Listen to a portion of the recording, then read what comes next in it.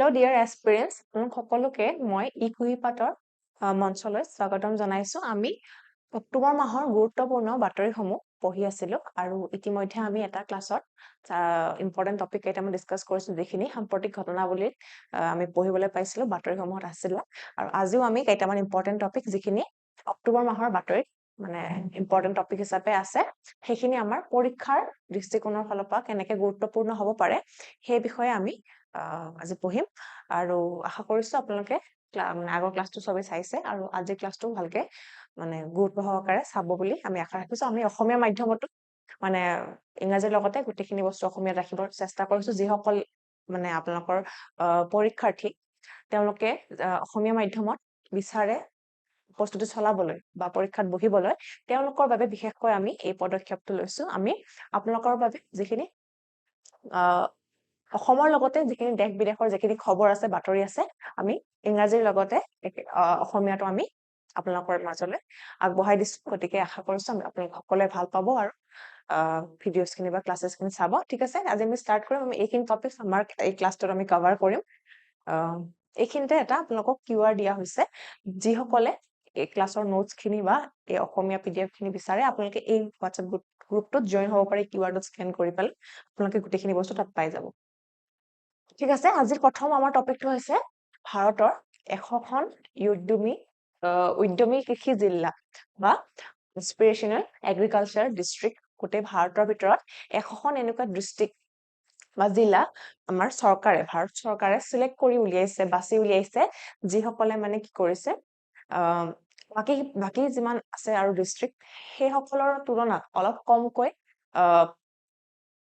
Perform কৰিব পাৰিছে, মানে কৃষি ক্ষেত্ৰত, এগ্ৰিকালচাৰৰ ক্ষেত্ৰত। গতিকে সেই ডিষ্ট্ৰিক্ট কেইখন, সেই 100খন ডিষ্ট্ৰিক্টক গোটেই অল ইণ্ডিয়াৰ ভিতৰত টোটেল 29খন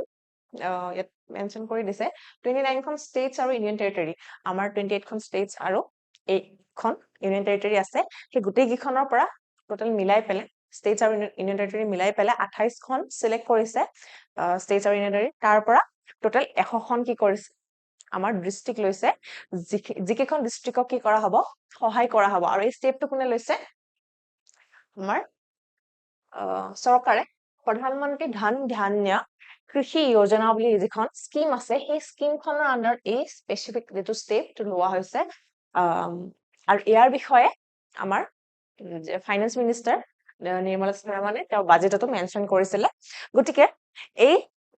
বিশেষ ষ্টেপটোত কি কৰিব, সেই বিষয়ে আমি এই টপিকটোত পঢ়িম। গতিকে কি কৈছে যে 29খন ষ্টেটছ আৰু ইউনিয়ন টেৰিটৰীৰ পৰা 100খন ডিষ্ট্ৰিক্ট চিলেক্ট কৰা হৈছে। সেই ডিষ্ট্ৰিক্ট কেইখনে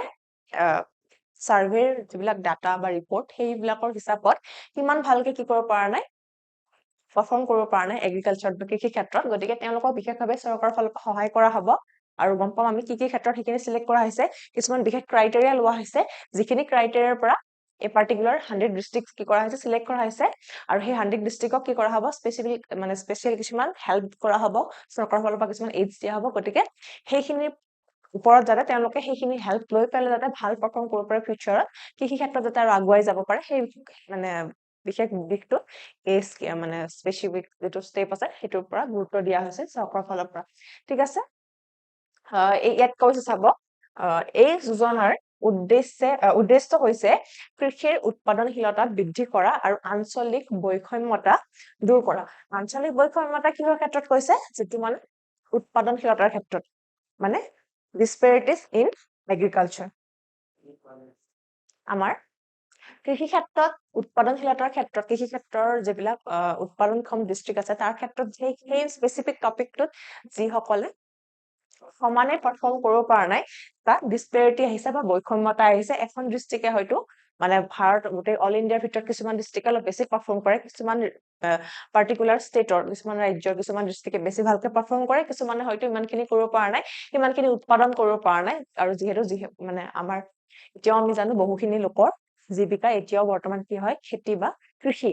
গতিকে কৃষি ক্ষেত্ৰৰ পৰা যিহেতু ইমান মানুহৰ জীৱিকা নিৰ্বাহ হৈ আছে, গতিকে কৃষি ক্ষেত্ৰত ইয়াত কি কৰা হৈছে, বিশেষ গুৰুত্ব দিয়া হৈছে এই স্কিমটো বা এই ষ্টেপটোৰ ফালৰ পৰা। আৰু প্ৰধানমন্ত্ৰী ধন ধান্য কৃষি যোজনাৰ ফালৰ পৰা এই ষ্টেপটো লৈ পেলাই সেইসকল যিসকলে যদিও জীৱিকা নিৰ্বাহ কৰি আছে কৃষিৰ পৰা, কিন্তু কৃষি উৎপাদনশীলতাটো বৃদ্ধি কৰিব পৰা নাই, তাৰ বাবে চৰকাৰে হেল্প কৰিব। আৰু যিখিনি আঞ্চলিক বৈষম্যতা আছে, ৰিজনেল ডিফাৰেন্সেস বা ডিসপেৰিটি আছে উৎপাদনশীলতাৰ ক্ষেত্ৰত, সেইটো নাইকিয়া কৰিব। ইয়াতে আঞ্চলিক বৈষম্যতা যেটো কৈছে সেইটো কিন্তু কেৱল কৃষি বা কৃষিৰ যিটো উৎপাদনশীলতা তাৰ বিষয়ে কোৱা হৈছে, গতিকে আপোনালোকে এইটো কনফিউজ নহব। ঠিক আছে, আৰু লগতে কৃষিৰ কি কৰিব বিচাৰিছে, উৎপাদনশীলতাও বৃদ্ধি কৰিব বিচাৰিছে। গতিকে এইটো এটা ইম্পৰ্টেন্ট টপিক হ'ব পাৰে আপোনালোকৰ এক্সামৰ কাৰণ ইয়াত কিছুমান ইম্পৰ্টেন্ট ফেক্ট আছে আপোনালোকৰ ষ্টেটমেন্টত মানে আহিব পাৰে ইয়াৰে কিছুমান মানে ফেক্টছ, গতিকে এইখিনি আপোনালোকে নোট কৰি ৰাখিব। মই পিছত কুৱেশ্যন এটা ৰাখিছো বাৰু এইটো টপিকৰ ওপৰত। ইয়াত সেইটোৱে কোৱা হৈছে PM যিখন ধন ধান্যা কৃষি যোজনা তাৰ আণ্ডাৰত, আৰু লগতে এই স্কিমটোৰ লগতে আৰু মানে বৰ্তমান চলি থকা 36খন বেলেগ বেলেগ স্কিমো ইয়াৰ লগত কি কৰা হ'ব, ইন্টিগ্ৰেট কৰা হ'ব, একেলগে মিলাই পেলাই এই গোটেই বস্তুটো কি কৰা হ'ব, এক্সিকিউট এপ্লাই কৰা হ'ব ডিষ্ট্ৰিক্ট বিলাকৰ ক্ষেত্ৰত। আৰু 100খন কি কৰা হ'ব, এস্পিৰেশ্যন ডিষ্ট্ৰিক্ট মানে অলৰেডি চিলেক্ট কৰা হৈছে, আৰু কি মানে বেচিছত চিলেক্ট কৰা হৈছে এইটো আমি পাম। ডিষ্ট্ৰিক্টৰ এগ্ৰিকালচাৰ প্লেনছ বিলাক চোৱা হ'ব, আৰু নোডেল অফিচাৰ প্ৰতিখন ডিষ্ট্ৰিক্টতে কি দিয়া হ'ব, একোজন নোডেল অফিচাৰ দিয়া হ'ব, যোনে সেই পাৰ্টিকুলাৰ এৰিয়াটোৰ ওপৰত কি কৰিব, চোৱা চিতা কৰিব, ডাটাবিলাক কাৰেক্ট কৰিব, আৰু কি সেই ক্ষেত্ৰত ষ্টেপছ বা মেজাৰ্ছ ল'ব লাগে সেইখিনি তেওঁলোকে ডিচাইড কৰিব। ঠিক আছে, ইয়াৰ কি আছে ইয়াতে মানে উদ্দেশ্য বা লক্ষ্য, সেইখিনি হৈছে প্ৰডাক্টিভিটি, সাষ্টেইনেবিলিটি, ক্ৰেডিট এক্সেছ আৰু ফাৰ্মাৰ ইনকাম মানে বৃদ্ধি কৰা, অবভিয়াছলি, কাৰণ তেওঁলোকে কৃষিৰ পৰা বহু লোকে এতিয়াও জীৱিকা নিৰ্বাহ কৰিছে। লগতে প্ৰডাক্টিভিটি বেছি হলেহে আমাৰ হেৰি বেছি হ'ব, ইনকামটো বেছি হ'ব, আৰ্নিংটো বেছি হ'ব, আৰু লগতে ক্ৰেডিটটো বঢ়া আৰু সাষ্টেইনেবিলিটি বেছি সাষ্টেইন কৰা মানে। ঠিক আছে, ইয়াত এতিয়া দিয়া আছে টোটেল 11টা মিনিষ্ট্ৰীৰ আণ্ডাৰত চলি থকা 36খন বেলেগ বেলেগ স্কিমৰ লগত এই স্কিমটো বা এই পাৰ্টিকুলাৰ ষ্টেপটো কানেক্ট কৰি পেলাই গোটেইখিনি একেলগে এক্সিকিউট কৰা হ'ব। আৰু এনুৱেলি কিমান দিয়া হ'ব, 24,000 crore এনুৱেলি এই গোটেই ষ্টেপটোত কি কৰা হ'ব, ইনভেষ্ট কৰা হ'ব। আৰু টোটেল কিমান বছৰৰ কাৰণে কৰিছে, ইয়াত 2025-26 যিটো ইয়াৰ আছে ইকনমিক ইয়াৰ আমাৰ 25ৰ যিটো মাৰ্চৰ মানে এপ্ৰিলৰ পৰা ষ্টাৰ্ট হ'ব 26ৰ মাৰ্চলৈকে, এই বছৰটোৰ পৰা আৰম্ভ হয় 2030-31ৰ বছৰটোলৈকে, টোটেল 6 ইয়াৰ্ছৰ কাৰণে এই ষ্টেপটো লোৱা হৈছে। over 6 years লৈছে, আৰু এবছৰত 24,000 crore rupees ইয়াতে 24,000 কোটি টকা এই স্কিমটোত বা এই ষ্টেপটোত কি কৰা হ'ব, চৰকাৰৰ ফালৰ পৰা, কেন্দ্ৰীয় চৰকাৰৰ ফালৰ পৰা ইনভেষ্ট কৰা হ'ব। এখন আমাৰ স্কিমছ কিছুমান কেতিয়াবা কেন্দ্ৰীয় থাকে, কেতিয়াবা কিছুমান ৰাজ্যিক থাকে আঁচনিসমূহ, গতিকে কেন্দ্ৰীয় যিবিলাক আঁচনি থাকে তাত গোটেইখিনি কেন্দ্ৰ চৰকাৰে ইনভেষ্ট কৰে। গতিকে ইয়াত জিলাসমূহ কিহৰ ওপৰত মানে ভিত্তি কৰি নিৰ্বাচিত কৰা হৈছে, নিম্ন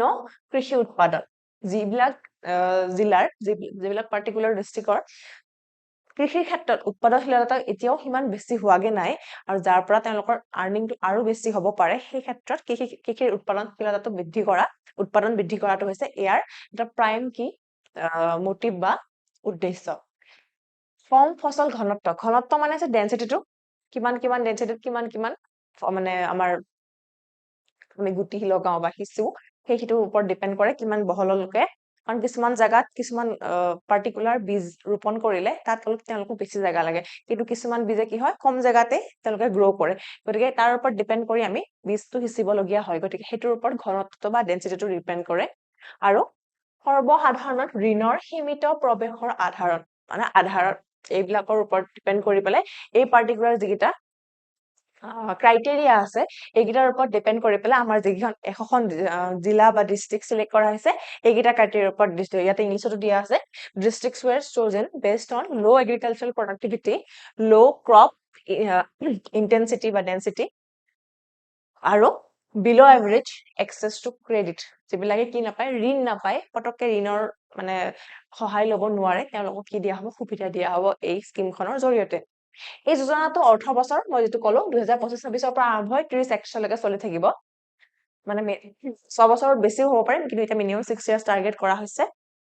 আৰু চবতে কি দিয়া হ'ব, এজন নোডেল অফিচাৰ বা CNO, আৰু তাত কি হ'ব, তেওঁলোকে কি কৰিব, ডিষ্ট্ৰিক্ট যিবিলাক এগ্ৰিকালচাৰেল ডেভেলপমেন্টৰ প্লেন আছে সেইবিলাকৰ কমিশনৰ লগত মিলি পেলাই সেই প্লেনবিলাক নিৰ্মাণ কৰিব, প্লেনটো বনাই উঠি তাৰ লগতে তাক কি কৰিব, কাৰ্যকৰী কৰিব বা এক্সিকিউট কৰিব। গতিকে সেই নোডেল অফিচাৰ খিনিৰ কাম কি হ'ব, তেওঁলোকে জিলাৰ যিবিলাক কমিশনাৰ আছে ডিষ্ট্ৰিক্ট কমিশনাৰ যিখিনি আছে উপায়ুক্তসকলৰ লগত মিলি যিখন এখন পাৰ্টিকুলাৰ ডিষ্ট্ৰিক্টৰ কাৰণে যিখিনি এগ্ৰিকালচাৰ প্লেনছ লাগে প্লেনছখিনি বনাব আৰু লগতে প্লেনছখিনি এক্সিকিউট কৰিব বা কাৰ্যকৰী কৰিব ঠিক আছে গতিকে এইখিনি কথা আছে এইখিনি কথা আপোনালোকে নোট কৰিব আৰু গতিকে ইয়াৰ আমি কি ক্ৰাইটেৰিয়াৰ ওপৰত বেছ কৰি ডিষ্ট্ৰিক্টটো চিলেক্ট কৰাইছে আমি গম পালো আৰু লগতে তাত কি মানে গোল লোৱা হৈছে বা এইম লোৱা হৈছে সেইখিনি আমি গম পালো কিন্তু ইয়াৰ লক্ষ্যসমূহ কি লক্ষ্য আগত ৰাখি পেলাই এই ষ্টেপটো বা এই স্কিমখন আৰম্ভ কৰা হৈছে ইয়াত কৈছে ফসল বৈচিত্ৰ্যকৰণ ক্ৰপৰ যে ডাইভাৰ্চিফিকেশ্যন আছে যে প্ৰতিখন জিলাত বা প্ৰতিখন ঠাইতে সেম ক্ৰপ বা সেম যিখিনি ফসল সেইখিনি খেতি কৰা নহয় হয়নে কিছুমান ঠাইত কিছুমান খেতি অলপ বেছিকে কৰা হয় কিছুমান ঠাইত কিছুমান ফসল অলপ কমকৈ উৎপাদন হয় আৰু সেই অকল ঠাইৰ জিঅগ্ৰাফিকেল এৰিয়াটোৰ ওপৰতে নহয় তাৰ উপৰিও যিটো আমাৰ ক্লাইমেট থাকে বতৰ এনেকুৱা বিভিন্ন ধৰণৰ কিছুমান ক্ৰাইটেৰিয়া থাকে যিটোৰ ওপৰত ডিপেন্ড কৰি আমাৰ কি কৰা হয় ফসলসমূহ ৰোপণ কৰা হয় বা বীজ ৰোপণ কৰা হয় গতিকে সেইটোৰ ওপৰতো ডিপেন্ড কৰি পেলাই আমাক সেই ফসলৰ যিটো বৈচিত্ৰ্যকৰণ কাৰণ এটা কেতিয়াবা কিছুমান কৃষি জীৱিকা কৰি থকা কৃষকসকলে কি কৰে এটা ক্ৰপৰ ওপৰত ডিপেন্ড কৰি থাকে গতিকে বেলেগ বেলেগ ক্ৰপ কৰি পেলাও কেতিয়াবা কি কৰিব পাৰি ইনকামটো বঢ়াব পাৰি গতিকে এনেধৰণৰ কিছুমান ষ্টেপ লোৱা হ'ব ফসলৰ বৈচিত্ৰ্যকৰণ কৰা হ'ব লগতে জলসিঞ্চনৰ ব্যৱস্থাৰ উন্নয়ন কৰা হ'ব এতিয়া যিহেতু ক্লাইমেট চেঞ্জ হোৱাৰ কাৰণে এতিয়া বহুত কি হৈছে ক্লাইমেট চেঞ্জ হোৱাৰ লগে লগে বহুত আমাৰ বৰষুণৰ পৰিমাণ কমি গৈছে আৰু বৰষুণৰ পৰিমাণ কমি যোৱাৰ লগে যিসকলে বৰষুণৰ ওপৰত ডিপেন্ড কৰি থাকে যিসকল কৃষকে সেইসকলৰ কাৰণে বহুত এটা প্ৰব্লেমৰ ক্ৰিয়েট হৈছে গতিকে এই মানে স্কিমখনৰ জৰিয়তে চৰকাৰে কি কৰিব জলসিঞ্চনৰ ব্যৱস্থা কৰি দিব আৰু সেইটো অলপ ডেভেলপ কৰি দিব যাতে সকলোৱে কি কৰে এক্সেছ পায় জলসিঞ্চনৰ ক্ষেত্ৰত আৰু আমাৰ জলসিঞ্চনৰ বিশেষ মানে ইৰিগেশ্যনৰ কাৰণে ডিপাৰ্টমেণ্টো বনাই দিয়া আছে এভৰি ষ্টেটছত এভৰি ডিষ্ট্ৰিক্টত গতিকে জলসিঞ্চনৰ ক্ষেত্ৰত এটা কি কৰা হ'ব জলসিঞ্চনটো ইম্প্ৰুভ কৰিবলৈ যাতে সবেই এক্সেছ পায় সবেই জলসিঞ্চনটো ব্যৱহাৰ কৰি পেলাই তাৰ পৰা উৎপাদনশীলতাটো বৃদ্ধি কৰিব পাৰে সেই ক্ষেত্ৰতো এটা ষ্টেপ লোৱা হ'ব গতিকে সেইটো এটা মেইন লক্ষ্যৰ ভিতৰত আছে গুদাম আৰু কোল্ড চেইন পৰিকাঠামো মানে যে ইনফ্ৰাষ্ট্ৰাকচাৰ বা যিটো ফাউণ্ডেশ্যন বা ষ্ট্ৰাকচাৰ গতিকে সেই গোটেইখিনিৰ ওপৰত গুৰুত্ব দিয়া হ'ব গুদাম মানে ষ্ট'ৰ কৰি ৰাখা বহুত হিউজ এমাউণ্টত যেতিয়া প্ৰডাক্ট বিলাক উৎপাদন কৰা হয় সেইখিনি গোটেইখিনি একে সময়তে কি কৰা নাযায় বিক্ৰী কৰি দিয়া নাযায় বা ইউজ কৰি দিয়া নাযায় সেইখিনি ষ্ট'ৰ কৰি ৰাখিবলৈ আমাক কি লাগে ষ্ট'ৰেজ লাগে বা গুদাম লাগে গতিকে সেই ষ্ট'ৰেজটো কেতিয়াবা কিছুমান খেতিয়কৰ হাতত নাথাকে গতিকে তেওঁলোকে কি কৰিব লগা হয় গোটেইখিনি একেবাৰতে বিক্ৰী কৰি দিব লগা হয় কম দাম পালৰ কাৰণ যদি ষ্ট'ৰ কৰিবলৈ ভাল জেগা নাথাকে তেওঁলোকৰ এইটো ৱেষ্ট হৈ যাব পাৰে ৰ'দ বৰষুণৰ কাৰণে গতিকে তেওঁলোকে কি কৰে একেবাৰতে বিক্ৰী কৰি দিয়ে গতিকে এই স্কিমটোৰ আণ্ডাৰত চৰকাৰে এইটো এটা ষ্টেপ ৰাখিছে যে কি কৰা হ'ব গুদাম বা তেনেকুৱা ষ্ট'ৰেজৰ ব্যৱস্থা কৰা হ'ব লগতে কোল্ড চেইন পৰিকাঠামো মানে যেটো কোল্ড চেইন ইনফ্ৰাষ্ট্ৰাকচাৰ সেইটো হৈছে তেতিয়া কিছুমান বস্তু কি হয় এনে বাহিৰত ৰাখিলে হয়তো আমাৰ ভাল নাথাকে মানে লং টাৰ্মৰ কাৰণে যদি আমি ষ্ট'ৰ কৰিব বিচাৰো তাক কি কৰিব লগা হয় এটা ঠাণ্ডা মানে টেম্পাৰেচাৰটো অলপ কমাই পেলাই ৰাখিব লগা হয় ঠাণ্ডা এটা টেম্পাৰেচাৰ ৰাখিব লগা হয় গতিকে সেইটোকে কোল্ড চেইন ইনফ্ৰাষ্ট্ৰাকচাৰ বুলি কয় তাতো কি কৰা হ'ব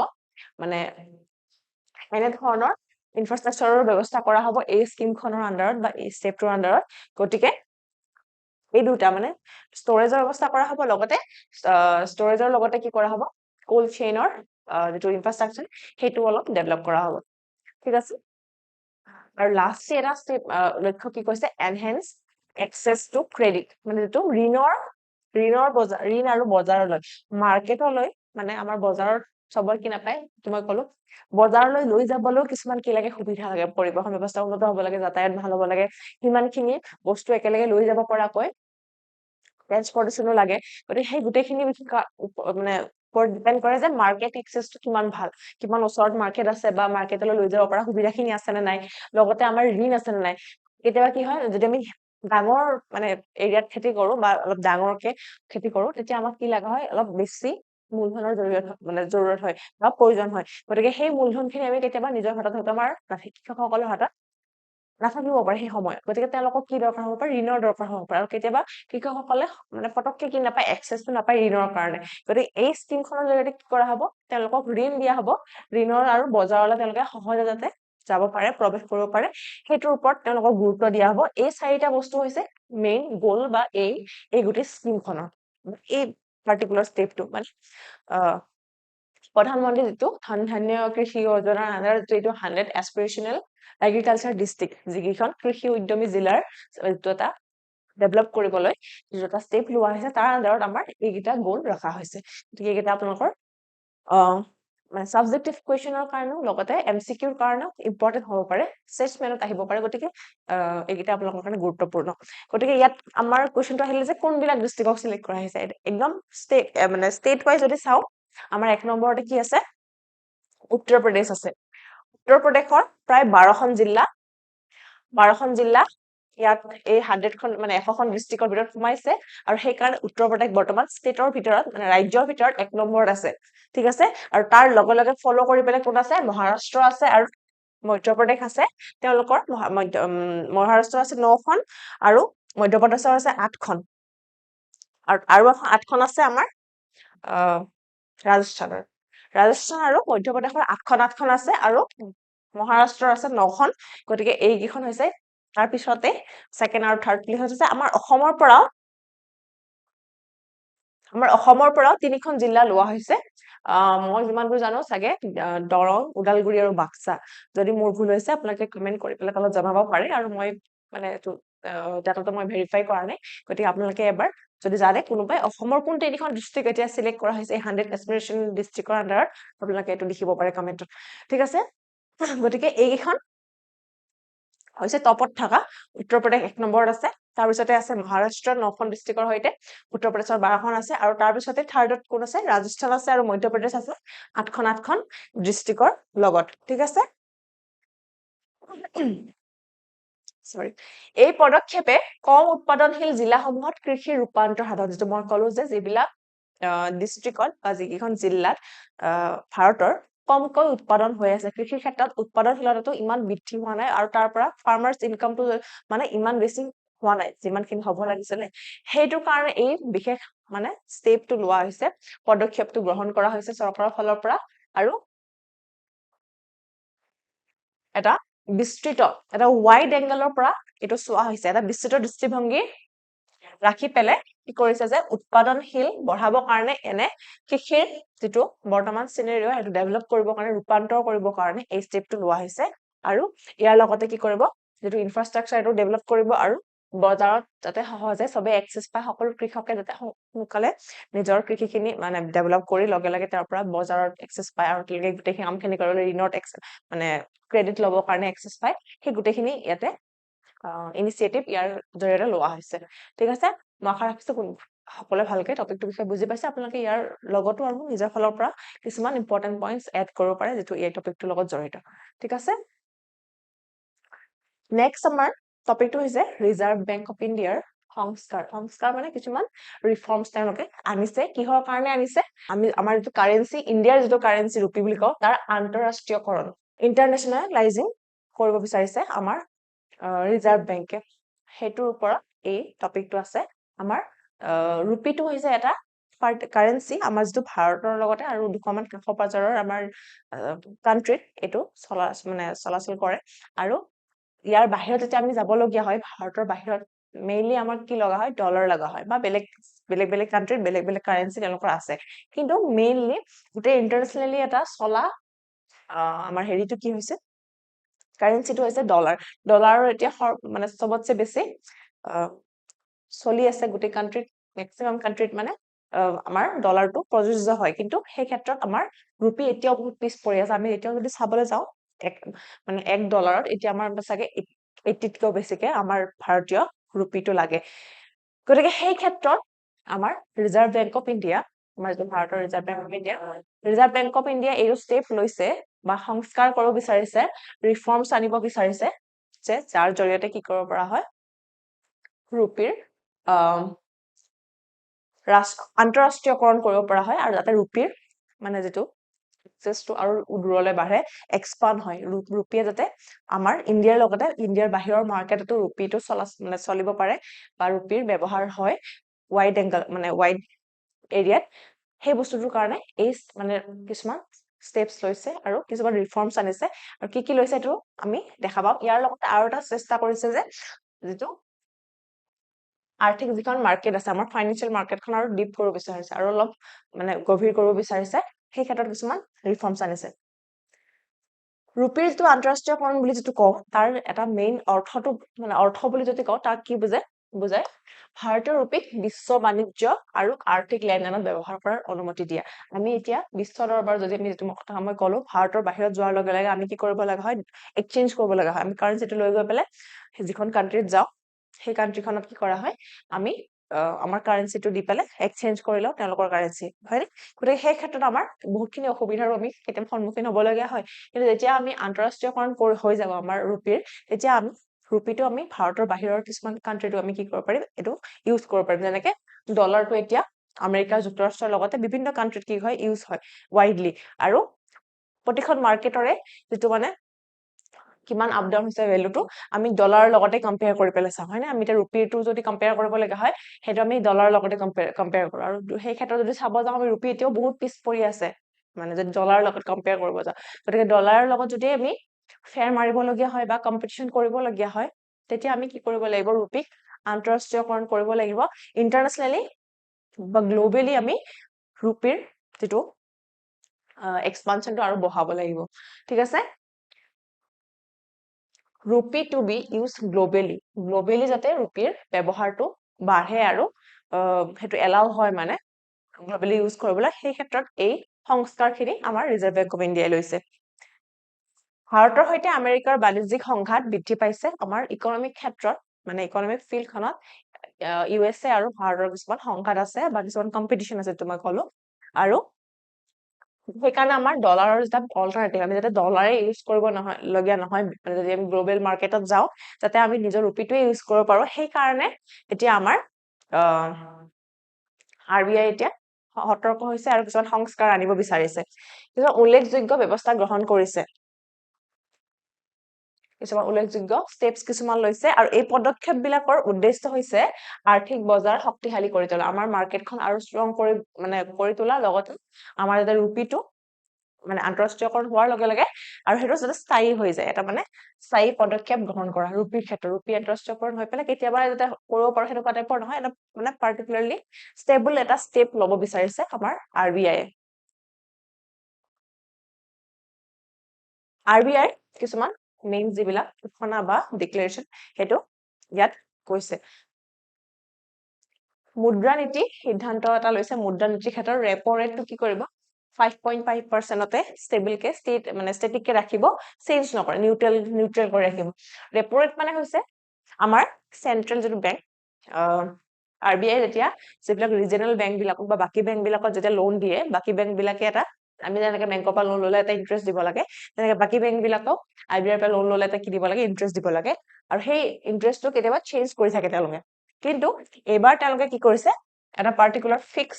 ইন্টাৰেষ্ট ৰেট ৰাখিছে আৰু হেতু হৈছে ৰেপো ৰেট আৰু ৰেপো ৰেটটো তেওঁলোকে 5.5% তে নিউট্ৰেল হিচাপে ৰাখিছে কাৰণ এটো নিউট্ৰেল মানে চেঞ্জ নহয় আৰু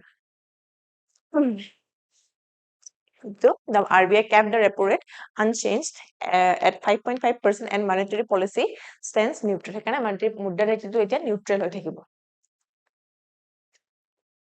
আমাৰ এপিএসসি ফাউন্ডেশন বেটচ এটা নতুনকৈ ষ্টাৰ্ট হৈছে আপোনালোকে যিসকলে প্ৰস্তুতি চলাই আছে বা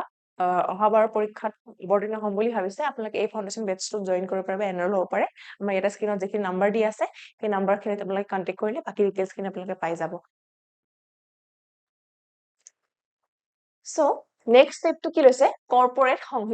সংহতিকৰণত বেংকৰ ভূমিকা বৃদ্ধি যেটো বেংকৰ যেটো ৰোল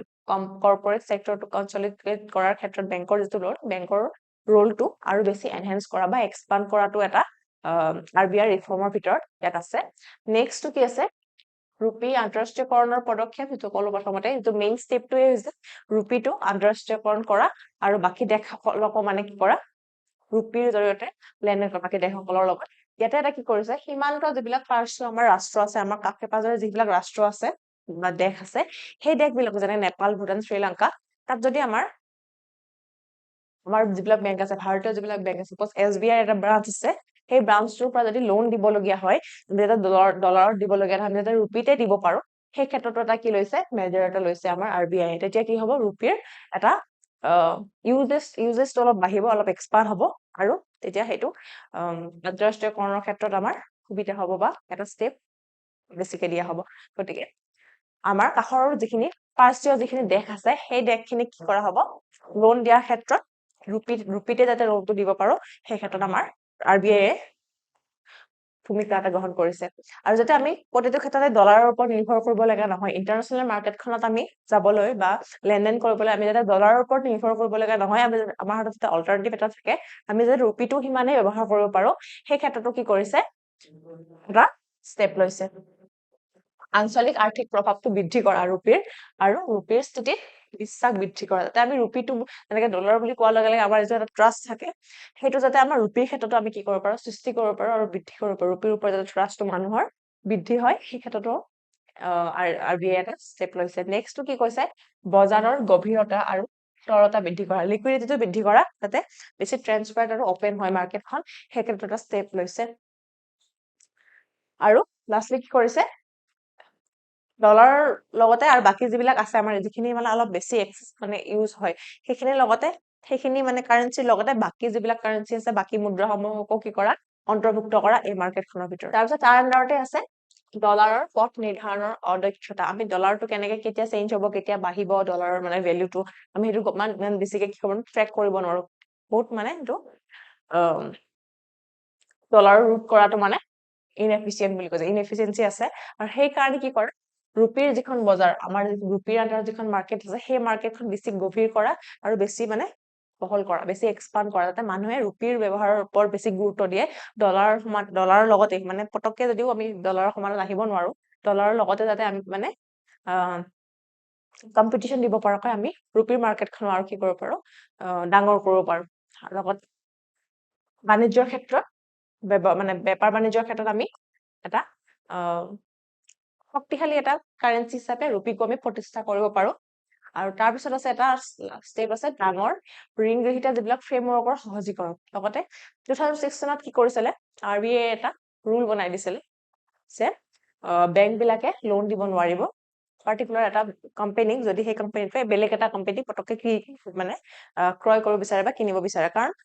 সেই সময়ত কি নাথাকে ইমান নিশ্চয়তা নাথাকে নতুনকে এটা কোম্পানী ক্ৰয় কৰাৰ লগে লগে যদি বেংকৰ পৰা এটা হিউজ এমাউন্টত লোন লয় সেই যদি বিজনেসটো ভালকে নচলে লোনটো কি কৰিব নোৱাৰিব পৰিশোধ কৰিব নোৱাৰিব আৰু পৰিশোধ কৰিব নোৱাৰাৰ লগে লগে সেই পাৰ্টিকুলাৰ কোম্পানীটো লছ হ'ব জনে কিনিছে তাৰ লগতে বেংকৰ মানে লছ হ'ব কাৰণ বেংকৰ ঋণটো পৰিশোধ নহব সেইকাৰণে বেংক মানে পাৰমিশন নাছিলে যে 2016 সময়ত যে নতুন কোম্পানী ক্ৰয় কৰাৰ সময়ত কি নহব নতুন বিজনেস ষ্টাৰ্ট কৰাৰ সময়ত লোন দিয়া নহব এতিয়া তাৰ ওপৰত কি কৰা হৈছে সেই সীমাবদ্ধতা অলপ বাতিল কৰা হৈছে কিছুমান ক্ৰাইটেৰিয়া দিয়া হৈছে যে কাক কোনবিলাক কোম্পানীক লোন দিয়া হ'ব বা কি কি ক্ষেত্ৰত দিয়া হ'ব কিমান দিনৰ কাৰণে দিয়া হ'ব সেইবিলাক হৈছে কিন্তু আগৰ যিবিলাক সীমাবদ্ধতা আছিলে বা পাৰ্টিকুলাৰ লিমিটেশনছ আছিলে যে ইমানলৈকেহে দিয়া হ'ব সেইটো কি কৰা হৈছে অলপ বৃদ্ধি কৰা হৈছে আৰু বহুত ক্ষেত্ৰত মানে অলপ শিথিলতাটো কমোৱা হৈছে কৰ্পোৰেট কিছুমান 10,000 crore ওপৰৰ যুক্ত যিবিলাক কৰ্পোৰেট সেক্টৰ আছে সেইবিলাকক কি কৰিব পাৰিব এতিয়াৰ পৰা ঋণ প্ৰদান কৰিব পাৰিব বেংক বিলাকে ঠিক আছে গতিকে সেইটো আছিলে এটা আমাৰ যদি আমি ইকনমিক্সৰ ফালৰ পৰা চাব যাওঁ সেইটো ইকনমিৰ আমাৰ পেপাৰখনৰ কাৰণে এটা ইম্পৰ্টেন্ট টপিক হ'ব পাৰে মুদ্ৰা কাৰেন্সিৰ ফালৰ পৰা চালে মানে ইম্পৰ্টেন্ট হ'ব পাৰে আৰু আপোনালোকৰ বিভিন্ন এক্সামত ইম্পৰ্টেন্ট টপিক হিচাপে আপোনালোকৰ কুৱেশ্যনত থাকিব পাৰে গতিকে নেক্সট আমাৰ টপিকটো হৈছে বায়োষ্টিমুলেন্স মানে হৈছে কিছুমান অৰ্গেনিজমছ বা উদ্দীপক যিবিলাকে কি কৰে উৎপাদন বৃদ্ধি কৰিবলৈ আমাৰ প্লান্টছ বিলাকত আমি ইউজ কৰিব পাৰো সেইটো হৈছে বায়োষ্টিমুলেন্স আৰু কিছুমান বায়োষ্টিমুলেন্ট কি হয় এনিমেলছৰ মানে হেৰিৰ পৰা ক্ৰিয়েট কৰা হয় এনিমেলৰ পৰা ইউজ কৰি ক্ৰিয়েট কৰা হয় আৰু সেই কেনেকুৱা 11টা বায়োষ্টিমুলেন্ট কি কৰা হৈছে জৈৱ উদ্দীপক আমাৰ ভাৰত চৰকাৰৰ ফালৰ পৰা বাতিল কৰা হৈছে বা বেন কৰা হৈছে ঠিক আছে ডায়েটাৰী কনসাৰ্নৰ কাৰণে বা অবভিয়াসলি মৰেল বা ৰিলিজিয়াছ কনসাৰ্নৰ কাৰণে সেইটো কি কৰা হৈছে কমোৱা হৈছে গতিকে কি আছে তুমি চাম কিন্তু বায়োষ্টিমুলেন্টৰ বিভিন্ন ধৰণৰ কাম থাকে তাতে কি কৰে নিউট্ৰিয়েন্টছ দিয়ে গছ বিলাকক বা তাহাতে যাতে বেছি ভালকে কি কৰিব পাৰে সূৰ্যৰ ৰশ্মিটো ল'ব পাৰে মানে তেওঁলোকৰ খাদ্য প্ৰস্তুত কৰিব পাৰে সেই ক্ষেত্ৰত বায়োষ্টিমুলেন্টে সহায় কৰে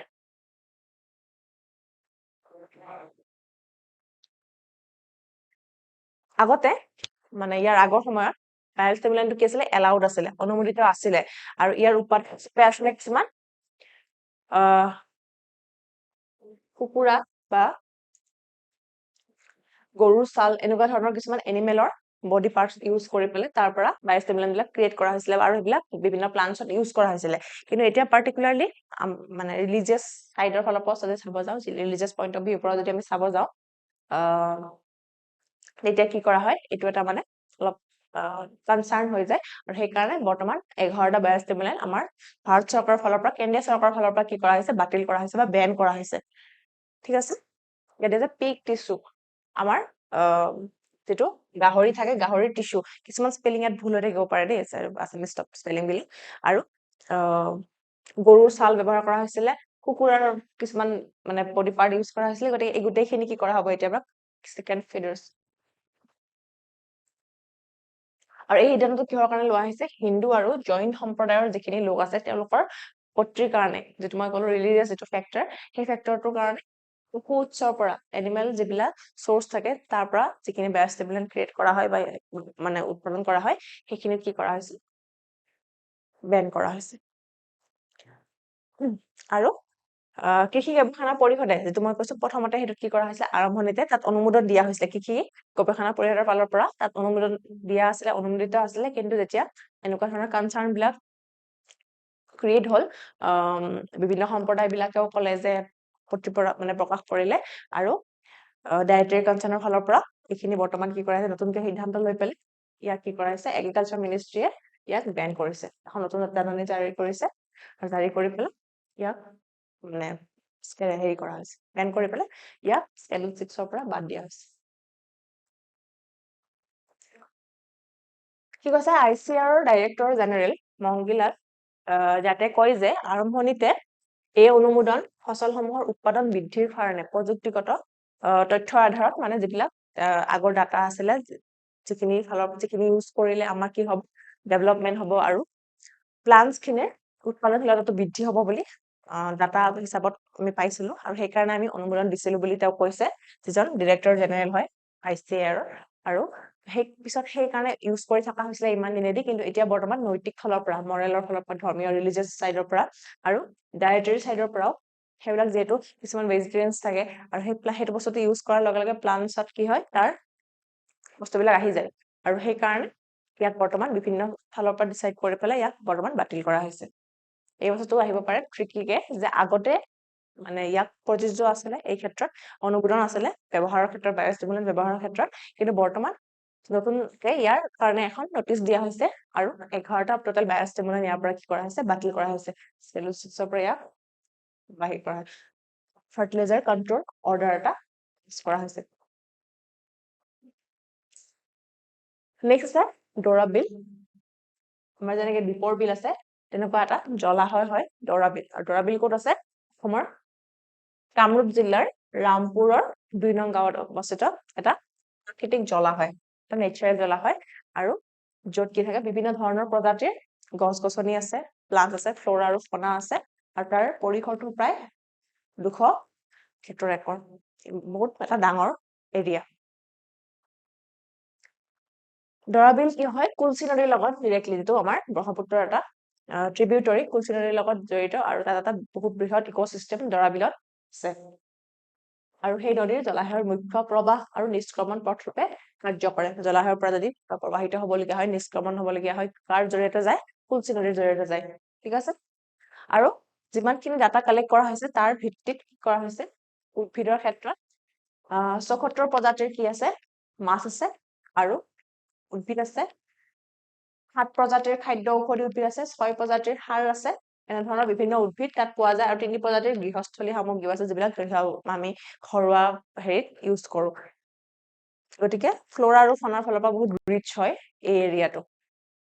হেড দিয়া আছে 7টা মেডিচিনেল পাৰপাসৰ কাৰণে ইউজ হোৱা প্লান্টস আছে 74টা একুৱেটিক প্লান্টস আছে 6টা ফাৰ্টিলাইজাৰ আছে আৰু 3টা হাউসহোল্ডত যেটো ইউজ হয় তেনে ধৰণৰ প্লান্টস আছে আৰু ডৰাবিল কিয় বেছি ইম্পৰ্টেন্ট আমি হিহু বুলি যেটো কওঁ যেটো গাংগেটিক ডলফিন হিহুৰ এটা এছিয়াৰ নদীত যেটো পোৱা যায় আমাৰ এছিয়ান নদীত পোৱা ডলফিন বুলি যেটো কয় হেতুৰ এটা প্ৰজনন ক্ষেত্ৰ হিচাপে জনাজাত আমাৰ ডৰাবিল আৰু ডৰাবিলত এইটো বৰ্তমান এন্ডেঞ্জাৰ্ডে হৈ গৈছে গতিকে হেতু যিহেতু ইয়াত পোৱা যায় সেই ক্ষেত্ৰৰ পৰা কি হৈ যায় ডৰাবিল বহুত ইম্পৰ্টেন্ট হৈ যায় ঠিক আছে ইয়াৰ ওপৰত ডৰাবিলত ইয়াৰ মানে হিহুৰ উপৰিও বিভিন্ন ধৰণৰ কি আছে মাছ সাপ আৰু বেলেগ বেলেগ ধৰণৰ জীৱ-জন্তু ইয়াতে কি কৰে বাস কৰে এটা ইম্পৰ্টেন্ট আপোনালোকৰ এমসিকিউ ক্ষেত্ৰটো হ'ব পাৰে যে গাংগেটিক ডলফিন কোনখন কামৰূপৰ কোনখন বিলত পোৱা যায় আৰু সেইটো হ'ব দৰা বিল, যিটো আমি শিহু বুলিও কওঁ অসমীয়াত। আৰু দৰা বিলৰ লোকসকল ধৰ্মীয় ফালৰ পৰা আৰু লোকসাহিত্যৰ ফালৰ পৰা বহুত আগবঢ়া। তেওঁলোকে সেৱৰী নামৰ এটা উৎসৱ পালন কৰে তেওঁলোকৰ অঞ্চলটোত, আৰু লগতে মাঘ বিহুৰ দৰে বেলেগ বেলেগ ধৰণৰ উৎসৱ বিলাকো পালন কৰে। আৰু তেওঁলোকৰ স্থানীয় জনসাধাৰণৰ এটা পৰিচয়ৰ নিচিনা যিটো দৰা বিল বুলি যিটো জলাশয় আছে, তেওঁলোকৰ আমাৰ যেনেকৈ অসম বুলি কোৱাৰ লগে লগে আমি কাজিৰঙা বা আমি জাপি, আমি গামোচাৰে আমি নিজৰ পৰিচয়টো দিব বিচাৰো, ঠিক তেনেদৰে তেওঁলোকৰ দৰা বিলৰ লোক আশে পাজৰ যিখিনি লোক থাকে তেওঁলোকৰ কাৰণেও কি হয়, এই দৰা বিলখন তেওঁলোকৰ পৰিচয়ৰ নিচিনা, তেওঁলোকৰ এটা প্ৰতীক, তেওঁলোকৰ সম্পৰ্কৰ এটা প্ৰতীক। আৰু বহুত বেছি তেওঁলোক কি হয়, কানেক্টেড হয়, কাৰণ যিহেতু মাছমৰীয়াসকল তাতেই মাছ মাৰে, বিভিন্ন ধৰণৰ প্ৰজাতিৰ গছ মানে উদ্ভিদো পোৱা যায়, মেডিচিনেল প্লান্টছ বিলাকো পোৱা যায়, গতিকে সকলো ক্ষেত্ৰৰ পৰা তেওঁলোকৰ এটা ইমোচনেল কানেকশ্যন আছে এই বিলখনৰ সৈতে। কিন্তু এতিয়া গভৰ্ণমেণ্টে কি কৰিছে, তাত এখন পাৰ্ক বনাব বিচাৰিছে চৰকাৰে, এই আচলতে এখন লজিষ্টিক পাৰ্ক বনাব বিচাৰিছে, আৰু তাৰ কাৰণে লোকসকল বহুত শংকিত হৈ পৰিছে, আতংকিত হৈ পৰিছে, আৰু তেওঁলোকে মানে সেই বস্তুটোৰ মানে প্ৰটেষ্ট কৰিবলৈ বহুতখিনি প্ৰতিবাদ কৰি আছে। আৰু চৰকাৰক অনুৰোধ জনাইছে যাতে স্থানীয় বাসিন্দাসকলৰ জীৱিকাৰ প্ৰতি লক্ষ্য ৰাখি, আৰু লগতে দৰা বিলৰ যিটো ইকলজিকেল ইম্পৰ্টেন্ট, যিহেতু তাত বহুত ডাঙৰ ইক'চিষ্টেম তাতে আছে, গছ গছনিৰ পৰা আদি কৰি একুৱেটিক এনিমেলছৰ লগতে আমাৰ যিবিলাক বাকী ৱাইল্ড এনিমেলছ বহুতখিনি বস্তু তাত আছে, আৰু সেই গোটেইখিনি ইক'চিষ্টেমটো কি হৈ যাব, ডিষ্টাৰ্ব হৈ যাব, যাতে তাত কিবা এটা কনষ্ট্ৰাকশ্যন ষ্টাৰ্ট কৰি দিয়া হয়। গতিকে সেই গোটেইখিনি কনচাৰ্ণ আগত ৰাখি পেলাই গোটেই তেলাৰে লোকেলছ খিনিয়ে কি কৰিছে, চৰকাৰক অনুৰোধ জনাইছে যাতে সেই বস্তুটো প্ৰজেক্টটো বেলেগ কৰবাত কৰা হয়, তাৰ মানে দৰা বিলত কৰা নহয়। ঠিক আছে, সেই ক্ষেত্ৰৰ ফালৰ পৰা সাম্প্ৰতিক সময়ত দৰা বিলটো এটা ইম্পৰ্টেণ্ট কি হয়, টপিক হয় আপোনালোকৰ এক্সামৰ কাৰণে।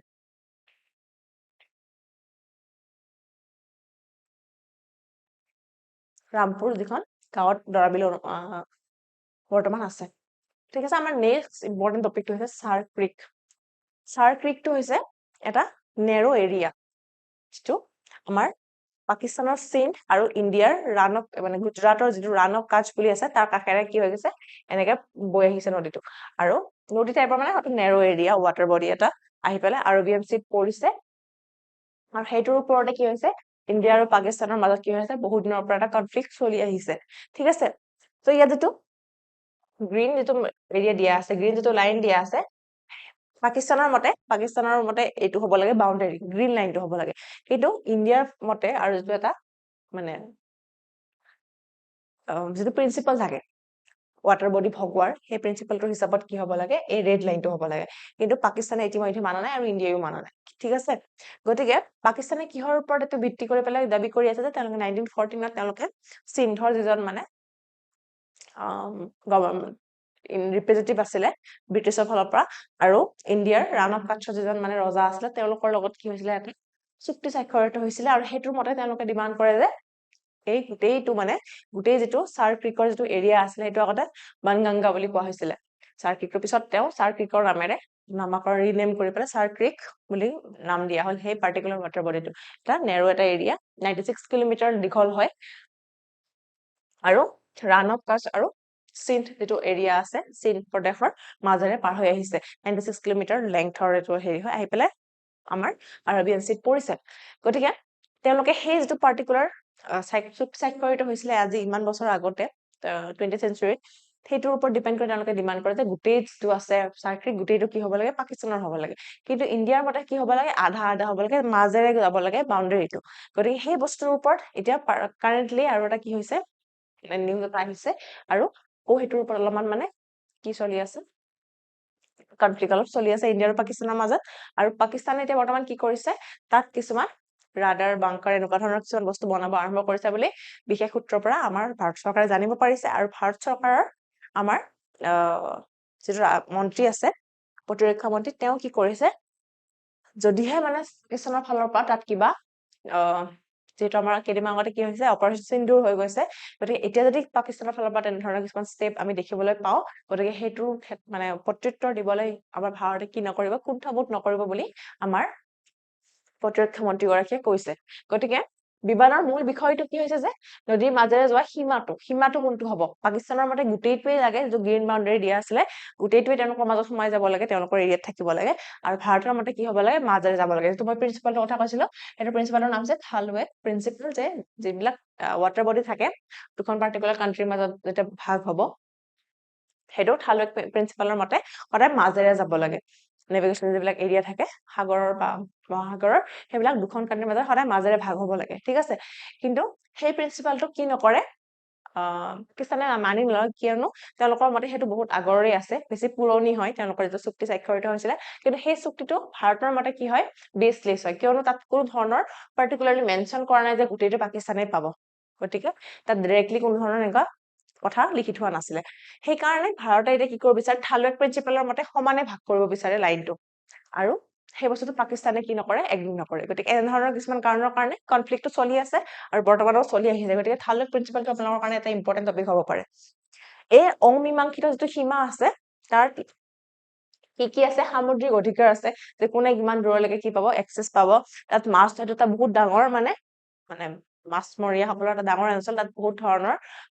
মাছ মানে মাৰিব পৰা যায় আৰু সেইটোৰ পৰা বহুত বেছি আৰ্নিং হয় আৰু সেইটো কাৰণেও কি হৈ আছে এটা কনফ্লিক্ট সৃষ্টি হৈ আছে আৰু জলৰ তলৰ যিবিলাক সম্পদ আছে সাগৰ তলৰ সম্পদখিনিৰ কাৰণেও কি হৈ আছে এই কনফ্লিক্টটো এটা ডাঙৰ ৰূপ লৈ আছে আমাৰ প্ৰতিৰক্ষা মন্ত্ৰী ৰাজনাথ সিঙে এতিয়া বৰ্তমানলৈ পাকিস্তানক কি কৰিছে সকিয়নি দিছে সতৰ্ক কৰি দিছে চাৰ্কিক অঞ্চলৰ ওচৰত যদি কিবা ধৰণৰ যদি সামৰিক কাৰ্য দেখিবলৈ পোৱা যায় তাৰ প্ৰত্যুত্তৰ দিবলৈ ভাৰতে কি নকৰিব কোনো ধৰণৰ কুণ্ঠাবোধ নকৰিব আৰু ভাৰতৰ পৰা ইতিহাস আৰু ভৌগোলিক পৰিস্থিতি সলনি কৰিব পৰা শক্তিশালী প্ৰতিক্ৰিয়া পাব বুলি আমাৰ ৰাজনাথ সিঙে কি কৰিছে পাকিস্তানক সকিয়াই দিছে তাৰ উপৰিও সেইটো এটা ষ্ট্ৰেটেজিকেলিও মানে জিঅগ্ৰাফি ফালৰ পৰা যদি চাব যাওঁ সেইটো এটা ষ্ট্ৰেটেজিকেলি বহুত কানেক্টেড এৰিয়া হয় ইণ্ডিয়াৰ কাৰণে সেইটো বহুত বেছি ইম্পৰ্টেণ্ট হয় সেই এৰিয়াটো সেইকাৰণে ইণ্ডিয়াই তাৰ পৰা আধা হলেও কি কৰিব বিচাৰে পাব বিচাৰে তাৰ এৰিয়াটো আৰু ৰাজনাথ সিঙে লগতে কি কৰিছে যে পাকিস্তানে সেই অঞ্চলত যি ধৰণে সামৰিক শক্তি বৃদ্ধি কৰিছে আৰু যেনেধৰণে বাংকাৰ নিৰ্মাণ এইবিলাক কৰিছে বাংকাৰ ৰাডাৰ বনাব ষ্টাৰ্ট কৰিছে সেইবিলাকে তেওঁলোকৰ অভিপ্ৰায়ৰে সংকেত দিছে আৰু পাকিস্তানে সদায় কি কৰিব বিচাৰে মনে মনে এনেধৰণৰ কামবিলাক কৰি পেলাই পিছত কি কৰিব বিচাৰে ইণ্ডিয়াক এটেক কৰিব বিচাৰে আৰু দুয়োটা দেশৰ কাৰণে কি হয় এইটো সমানে গুৰুত্বপূৰ্ণ এটা অঞ্চল হয় আৰু যিটো মানে কৰাচী নগৰ যিটো বন্দৰ আছে তাৰ লগতে ধুনীয়াকে সেই অঞ্চলটো কানেক্ট কৰা হয় আৰু পাকিস্তানে সেইকাৰণে ইণ্ডিয়াক সেইফালৰ পৰা কি দিব নিবিচাৰে এক্সেছ দিব নিবিচাৰে যাতে কেতিয়াবা কিবা হলে ইণ্ডিয়া ডাইৰেক্টলি কি হ'ব পাৰিব পাকিস্তানত এন্ট্ৰি কৰিব পাৰিব বুলি তেওঁলোকে ভয় কৰে আৰু পাকিস্তান মানে ইণ্ডিয়াৰ ক্ষেত্ৰত কি হয় ইণ্ডিয়ান অচেনৰ যিটো এক্সেছ পোৱা আৰবিয়ান চিৰ থ্ৰুৱেদি যাব পৰা এটা ৰাস্তা সেইটো এটা ষ্ট্ৰেটেজিকেলি ইম্পৰ্টেণ্ট এৰিয়া হয় চাৰ্কিকৰ থ্ৰুৱেদি কিন্তু দুখন কাণ্ট্ৰিৰ কাৰণে কি হয় সেইটো বস্তু পাৰ্টিকুলাৰ এৰিয়াটো সমানে ইম্পৰ্টেণ্ট হয় আৰু সেইকাৰণে দুখন কাণ্ট্ৰি এতিয়াও কি হৈছে কনফ্লিক্টত আছে মাত্ৰ ইণ্ডিয়াই কি বিচাৰে সমানে দুভাগ হোৱাটো বিচাৰে কিন্তু পাকিস্তানে কি বিচাৰে গোটেইটো তেওঁলোকৰে হোৱাটো বিচাৰে সেইকাৰণে কনফ্লিক্টটো এতিয়ালৈকে কি হোৱা নাই এণ্ড হোৱা নাই সৰি এই স্থানৰ ওপৰত নিয়ন্ত্ৰণ সামুদ্ৰিক পথৰ সুৰক্ষা আৰু আৰৱ সাগৰত ভূমি দাবী প্ৰমাণ কৰাৰ ক্ষেত্ৰত ভাৰতৰ বাবে অত্যন্ত গুৰুত্বপূৰ্ণ যিটো মই কলো ইণ্ডিয়ান অচেনত যাব কাৰণে ইণ্ডিয়ান অচেনৰ যিটো কানেকশ্যন আৰবিয়ান চিৰ থ্ৰুৱেদি সেইটো এই চাৰ্কিকৰ থ্ৰুৱেদি মানে বেছি এটা ইম্পৰ্টেণ্ট এটা ষ্ট্ৰেটেজিকেল এটা এৰিয়া আৰু আমাৰ যিটো সামুদ্ৰিক পথৰ যিটো সুৰক্ষা সেইটো এটা আমাৰ কাৰণে ইম্পৰ্টেণ্ট টপিক কাৰণ যদি সেইটো গোটেইটো পাকিস্তানে লৈ লয় তেতিয়া পাকিস্তানৰ আমাৰ ইণ্ডিয়ালৈকে কি থাকিব ইজিলি এক্সেছ থাকিব গতিকে সেইটো আমাৰ ইণ্ডিয়াও নিবিচাৰে গতিকে ইণ্ডিয়াই কি বিচাৰে ইণ্ডিয়াৰ যাতে সমানে দুভাগ হৈ পেলাই ইণ্ডিয়াখিনি ইণ্ডিয়াৰ ফালে থাকক আৰু যিখিনি মানে পাকিস্তানে পাব চীন উপসাগৰৰ থ্ৰুৱেদি সেইখিনি পাকিস্তানত থাকক গতিকে এনেধৰণৰ কিছুমান বিশেষ বেলেগ ধৰণৰ মানে দৃষ্টিকোণৰ ফালৰ পৰা যদি চাব যাওঁ বেলেগ ধৰণৰ কিছুমান ইছ্যু আছে এইটোৰ লগত জড়িত আমাৰ নেক্সট টপিকটো হৈছে আজি মেবি এইটো লাষ্ট টপিক হ'ব IIAS যিখন আছে international institute of administrative services যিটো এখন এটা international organisation non profit organisation মানে এটা ইণ্টাৰনেশ্যনেল অৰ্গেনাইজেশ্যন NGO বুলিও আমি ক'ব পাৰো যিয়ে কি কৰে গোটেই ৱৰ্ল্ডৰ গ্ল'বেলি গোটেই কাণ্ট্ৰি বিলাকৰ এডমিনিষ্ট্ৰেশ্যনটো কেনেকুৱা চলিছে তাত কি মানে কিবা চেঞ্জেছ লাগিব নেকি বা কিবা ইম্প্ৰুভমেণ্ট কৰিব পাৰি নেকি এডমিনিষ্ট্ৰেটিভ চাৰ্ভিচ বিলাকত কিবা প্ৰব্লেমছ আছে নেকি সেই গোটেইখিনি বস্তু কি কৰে চোৱা চিতা কৰে আৰু সেই পাৰ্টিকুলাৰ যিটো এজেঞ্চি আছে পাৰ্টিকুলাৰ যিটো অৰ্গেনাইজেশ্যন আছে তাৰ প্ৰেচিডেণ্টশ্বিপটো এবাৰ কোনে পাইছে ইণ্ডিয়াই পাইছে সেইকাৰণে আমাৰ কাৰণে এইটো বস্তু কি হয় ইম্পৰ্টেণ্ট হৈ যায় এই টপিকটো 2025 পৰা 28 লৈকে এই পাৰ্টিকুলাৰ টাৰ্মটোৰ কাৰণে ইণ্ডিয়াই কি হ'ব সভাপতিত্ব কৰিব এই অৰ্গেনাইজেশ্যনটোৰ, যিটো 1930 চনত কি হৈছিলে প্ৰতিষ্ঠা কৰা হৈছিলে আৰু যাৰ হেডকোৱাৰ্টাৰ কৰিছে ব্ৰুচেলত আছে। বেলজিয়াম চহৰৰ ৰাজধানী ব্ৰুচেলত আছে। আৰু মেক্সিকো চহৰত এবাৰ কি হৈছে 13 পৰা 17 অক্টোবৰ তাৰিখলৈকে ইয়াৰ যিখন সন্মিলন, যিখন কি বুলি ক'ব পাৰি, মিটিং বুলি ক'ব পাৰি, বাৰ্ষিক সন্মিলন, সেইখন কি হৈছে অনুষ্ঠিত হৈছে আৰু তাতে আমাক ইণ্ডিয়াক কি কৰা হৈছে, ইয়াতে প্ৰেচিডেন্সিটো দিয়া হৈছে। গতিকে এইটো এটা ইম্পৰ্টেণ্ট টপিক হয় এই টাইমলাইনটোৰ কাৰণে। আৰু ইয়াৰ মেইন মানে মূল বিষয়বস্তুটো কি হয়, এই পাৰ্টিকুলাৰ অৰ্গেনাইজেশ্যনটো শাসনৰ ভৱিষ্যত গঢ়ি তোলা, shaping the future of governance. গভৰ্নেন্সটো কি কৰা, বেটাৰ কৰা আৰু তাৰ ফিউচাৰটো ডেভেলপ কৰা, তাত যিবোৰ ধৰণৰ সাজেশনছ দিয়া আৰু কি ষ্টেপছ ল'লে গভৰ্নেন্সটো আৰু বেটাৰ হ'ব পাৰে সেই ক্ষেত্ৰত গুৰুত্ব দিয়া। The conference brings এইখন কনফাৰেন্সটোৰ কথা কয়, যিখন সন্মিলন এইমাত্ৰ অক্টোবৰ কেইদিনমান আগতে অনুষ্ঠিত হৈ গৈছে আমাৰ মেক্সিকো চহৰত। Conference brings together global experts, মানে যিবিলাক গ্ল'বেলি এক্সপাৰ্টছ বিলাক আছে, বিশেষজ্ঞসকল আহি পেলাই তাত লগ হয় আৰু যিবিলাক ইমাৰ্জিং যিবিলাক ট্ৰেণ্ডছ আছে, কি ডেভেলপ হৈ আছে, কি টেকনলজি ডেভেলপ হৈছে, তাৰ পৰা আমি কোন ক্ষেত্ৰত ব্যৱহাৰ কৰি আৰু ইম্প্ৰুভমেণ্ট আনিব পাৰো, গভৰ্নেন্সটো আৰু বেটাৰ কৰিব পাৰো, সেই বিষয়ে এডমিনিষ্ট্ৰেশ্যনৰ যিবিলাক বিষয়বস্তু সেই গোটেইখিনি কি কৰা হয়, আলোচনা কৰা হয়। আৰু এই 100 বছৰৰ 1930 পৰা অলমষ্ট এতিয়া 100 বছৰ হ'ব হৈছে গোটেই মানে অৰ্গেনাইজেশ্যনটো, এই 100 বছৰৰ ইতিহাসত প্ৰথমবাৰৰ বাবে কি পাইছে, ভাৰতে সভাপতিত্ব পাইছে। গতিকে এইটো ডেফিনেটলি এটা ইম্পৰ্টেণ্ট টপিক হয় আপোনালোকৰ কাৰণে। আমাৰ GS2 এটা টপিক থাকে ইণ্টাৰনেশ্যনেল অৰ্গেনাইজেশ্যনছ বুলি, তাতে এইটো ইম্পৰ্টেণ্ট টপিক হ'ব পাৰে। ঠিক আছে, চ' 2025 চনৰ জুন মাহত যিটো এটা ইলেকশ্যন হৈছিলে, তাত আমাৰ ভাৰতৰ পৰা জনে প্ৰতিনিধিত্ব কৰিছিলে ভি শ্ৰীনিবাস বুলি, তেওঁ এজন প্ৰশাসনিক বিষয় হয়, তেওঁ জন অভিযোগ বিভাগৰ পৰা তেওঁ সচিব হয় আৰু তাৰ পৰা তেওঁ প্ৰতিনিধিত্ব কৰি ভাৰতৰ এই মানে এই ইনষ্টিটিউটটো মানে এই অৰ্গেনাইজেশ্যনটোত তেওঁ কি কৰিছিলে, ইলেকশ্যনটোত ভাৰতৰ হৈ পেলাই প্ৰতিনিধিত্ব কৰিছিলে। তেওঁ সংস্কাৰ আৰু জন অভিযোগ ক্ষেত্ৰত তেওঁ সচিব হয়, ডিৰেক্টৰ। আৰু তেওঁ কিমান ভোট পাইছিলে, 61.7% পাইছিলে, 60%তকৈ বেছি ভোট পাইছিলে। গতিকে তেওঁ জয়লাভ কৰি ভাৰতৰ সভাপতিত্ব তেওঁ নিশ্চিত কৰিছিলে। ঠিক আছিলে, তেওঁৰ নামটো মনত ৰাখিব, ভি শ্ৰীনিবাস। আৰু তেওঁ সংস্কাৰ আৰু জন অভিযোগ বিভাগৰ কি হয়, সচিব হয়। আৰু ভাৰতৰ এটা প্ৰস্তাৱ ৰাখিছে ভাৰতে যে এটা সূচক বা ইণ্ডেক্স, যিবিলাক ইণ্ডেক্স, বিভিন্ন ধৰণৰ ইণ্ডেক্স ইতিমধ্যে কি কৰে, এটা অৰ্গেনাইজেশ্যনটোৱে উলিয়ায়। আৰু সেই অৰ্গেনাইজেশ্যন যিখিনি ইণ্ডেক্সেছ উলিয়াই আহিছে, তাত সদায় কি হয়, ইণ্ডিয়াৰ ৰেংকটো তলতে থাকে। আৰু ইণ্ডিয়া এতিয়া মষ্ট অফ দ্য ইণ্ডেক্সত কি থাকে, ৰেংক তলতে থাকে। কাৰণ বেলেগ বেলেগ কিছুমান ইণ্টাৰনেশ্যনেল মানে ৱেষ্টাৰ্ণ যিবিলাক কাণ্ট্ৰিজ আছে,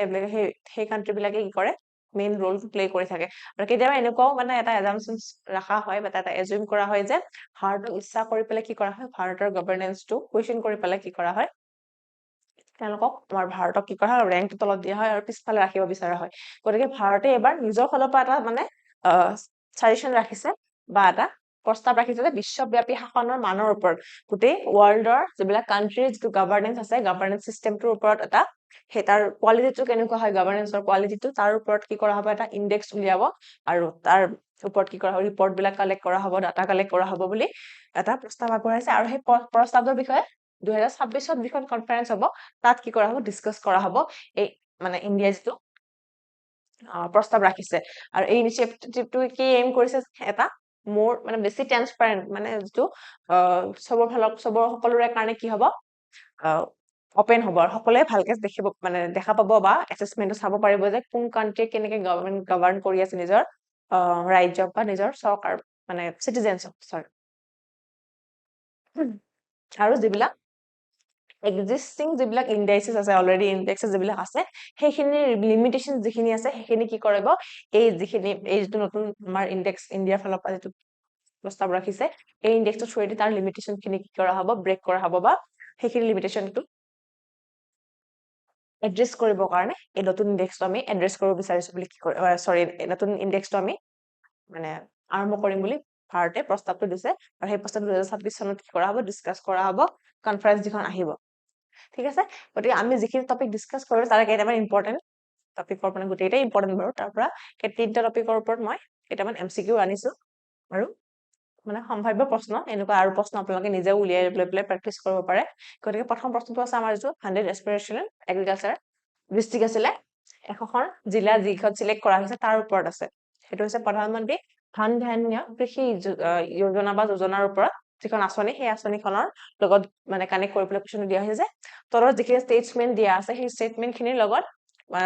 সেই ষ্টেটমেন্ট খিনিৰ কোনকেইটা শুদ্ধ দিছে তো ফাৰ্ষ্ট ষ্টেটমেন্টত কৈছে এই আঁচনিৰ লক্ষ্য হৈছে কম কৃষি উৎপাদনশীলতা থকা এখন জিলাক কি কৰা আদৰ্শ কৃষি জিলা ৰূপে বিকশিত কৰা এটা ডেফিনেটলি কাৰেক্ট ষ্টেটমেন্ট এই আঁচনিৰ কাৰ্যসাধন নতুন পৃথক কঠোৰতা সৃষ্টি নকৰি কেন্দ্ৰীয় আৰু ৰাজ্য চৰকাৰৰ বৰ্তমান আঁচনিবোৰৰ সংমিশ্ৰণৰ জৰিয়তে কৰা হ'ব বৰ্তমান যিবিলাক আমাৰ আঁচনি আছে মই কৈছো 36খন 11 মিনিষ্ট্ৰী আণ্ডাৰ 11খন বেলেগ বেলেগ মিনিষ্ট্ৰী আণ্ডাৰত থকা 36খন বৰ্তমান চলি থকা যিখন আঁচনি আছে তাৰ লগতে কানেক্ট কৰি পেলাই এইটো এপ্লাই কৰা হ'ব আৰু নীতি আয়োগে এই আঁচনিৰ নীতি নিৰ্দেশনাৰ পৰ্যবেক্ষণৰ মুখ্য সংস্থা হিচাপে কাম কৰিব আৰু গোটেইকেইটা ষ্টেটমেণ্টে কাৰেক্ট হয় 1 2 আৰু 3 ঠিক আছে নেক্সট কোৱেশ্চনটো হৈছে ৰিজাৰ্ভ বেংকৰ টপিকটো যেটো আছিল আমাৰ মুদ্ৰাৰ আমাৰ ভাৰতীয় মুদ্ৰা ৰুপিৰ আন্তঃৰাষ্ট্ৰীয়কৰণৰ ওপৰত টপিক আছিল তাৰ ওপৰত আছে যে ৰিজাৰ্ভ বেংক অফ ইণ্ডিয়াই ভাৰতীয় ৰুপিক আন্তঃৰাষ্ট্ৰীয় মুদ্ৰা হিচাপে প্ৰচলিত কৰাৰ উদ্দেশ্যে লৈ হোৱা নতুন পদক্ষেপসমূহৰ ওপৰত কি এখিনি দিয়াখিনিৰ ভিতৰত কোনকেইটা শুদ্ধ দিছে ভাৰতীয় বেংক আৰু তেওঁলোকৰ বিদেশী শাখাবোৰে নিৰ্বাচিত প্ৰতিবেশী দেশসমূহক কি কৰিব অনিবাসী নন ৰেচিডেন্ট যিবিলাক ৰুপিত আছে ইম্পৰ্টেণ্ট কৰিবলৈ অনুমতি পাব definitely correct statement RBI American ডলাৰৰ বাহিৰে অন্যান্য মুখ্য বাণিজ্যিক অংশীদাৰ দেশৰ মুদ্ৰাৰ বাবে স্বচ্ছ ৰেফাৰেন্স ৰেট প্ৰকাশ কৰিবলৈ ধাৰণা কৰিছে আৰু সৰি বিশেষ ৰুপি প্ৰস্ত একাউণ্ট যিবিলাক আছে স্পেচিয়েল ৰুপি প্ৰস্ত একাউণ্ট জৰিয়তে এতিয়া বিদেশী বেংকবোৰে ভাৰতৰ কৰ্পৰেট বন্ড আৰু কমাৰ্চিয়েল পেপাৰ কি কৰিব পাৰে বিনিয়োগ কৰিব পাৰিব গতিকে ইয়াৰ এনসাৰটো ইয়াত দিয়া আছে আৰু এক্সপ্লেইন কৰি দিয়া আছে গোটেইটা ষ্টেটমেন্টে কাৰেক্ট হয় ঠিক আছে আপোনালোকে এইখিনি চাই ল'ব আৰু লাষ্টে আৰু এটা কুৱেশ্যন আছে ইংলিছতো দিয়া আছে যিসকলে ইংলিছত চাব বিচাৰে ইংলিছতো চাব পাৰে চ' লাষ্টটো আছে আমাৰ ভাৰত আৰু পাকিস্তানৰ যিটো বিবাদৰ এটা টপিক চাৰ্কিকৰ টপিকটোৰ ওপৰত দিয়া চাৰ্কিকৰ যিটো ইস্যু চাৰ্কিক হৈছে প্ৰায় 96 কিলোমিটাৰ দীঘল এক জৈৱ উপসাগৰীয় অঞ্চল যি ভাৰতৰ গুজৰাটৰ ৰাণ অফ কাচ্চ আৰু পাকিস্তানৰ হিন্দ প্ৰদেশৰ সীমাত অৱস্থিত এইটো কাৰেক্ট ষ্টেটমেন্ট স্বাধীনতাৰ পাছত এই অঞ্চলৰ ওপৰত হোৱা বিতৰ্ক সমাধান হৈছে আৰু দুই দেশে কি হৈছে ইয়াৰ সামুদ্ৰিক সীমাৰ ওপৰত একমত হৈছে বুলি কৈছে হৈছে জানো ডেফিনেটলি হোৱা নাই এতিয়াও কি হৈছে বিবাদ চলি আছে সেইকাৰণে ৰিসেন্টলি এইটো নিউজত আহিছে কাৰণ আমাৰ ৰাজনাথ সিঙে ইয়াৰ ওপৰত পাকিস্তানক কি কৰিছে সক্ৰিয় দিছে যদি তেওঁলোকে যদিহে ইয়াৰ এই মানে অঞ্চলত কিবা সামৰিক কাৰ্য কৰিব চেষ্টা কৰে তাৰ প্ৰতিক্ৰিয়া হিচাপে বা তাৰ প্ৰত্যুত্তৰ হিচাপে ভাৰতে ষ্টেপ লবলৈ কুণ্ঠাবোধ নকৰিব বুলি আমাৰ ৰাজনাথ সিঙে কি কৰিছে সক্ৰিয় দিছে গতিকে এই ষ্টেটমেন্টটো কি হ'ব ৰং হ'ব আৰু কেতিয়াবা আপোনালোকে কি কৰিব পাৰে যেতিয়া এটা ষ্টেটমেন্ট ৰং বুলি গম পাই যায় সেই ষ্টেটমেন্টটো থাকা গোটেইকেইটা অপচন আপোনালোকে এলিমিনেট কৰিব পাৰে গতিকে টু থাকা গোটেইটা ষ্টেটমেন্ট কি হ'ব ৰং হ'ব বি টো কি হ'ব কাৰেক্ট হ'ব 1 3 আৰু 4 কাৰেক্ট হয় কাৰণ আমি কেতিয়াবা যদি গমে পাই যাও যে একেটা কাৰেক্ট টপিক মানে এইটো এটা পাৰ্টিকুলাৰ অপশনটো ফুল হ'ব বুলি সেই অপশনটো আমি বাকিটা সেই ষ্টেটমেন্ট আমি অপশন কেইটাৰ পৰা মানে এলিমিনেট কৰি পেলাই আমি কেতিয়াবা গোটেই সকলো ক্ষেত্ৰত এইটো প্ৰযোজ্য নহব পাৰে সকলো কুৱেশ্যনৰ ক্ষেত্ৰত কিন্তু কেতিয়াবা এই ট্ৰিকটোৱে কাম কৰিব পাৰে ঠিক আছে গতিকে এইখিনি আছিলে ইয়াত আপোনালোকৰ ক্লাছ কুৱেশ্যনটোৰ এক্সপ্লেনেশ্যন খিনি দিয়া আছে এইখিনি আছিলে আজি ইম্পৰ্টেন্ট টপিক খিনি আমি অক্টোবৰ মাহৰ আৰু কেইটামান টপিক আছে নেক্সট আমি এইখিনি ডিসকাস কৰিম আৰু আশা ৰাখিছো আপোনালোকে এই ক্লাছটো চাব মানে আৰু ইয়াৰ পৰা নিশ্চয় উপকৃত হ'ব আৰু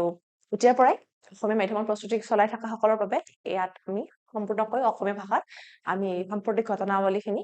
ৰাজ্যিক হওক ৰাষ্ট্ৰীয় হওক বা আন্তঃৰাষ্ট্ৰীয় হওক গোটেইখিনি অসমৰ পৰা আৰম্ভ কৰি বিশ্বৰ সকলো বাতৰি আমি ইয়াত কভাৰ কৰিম আৰু লগতে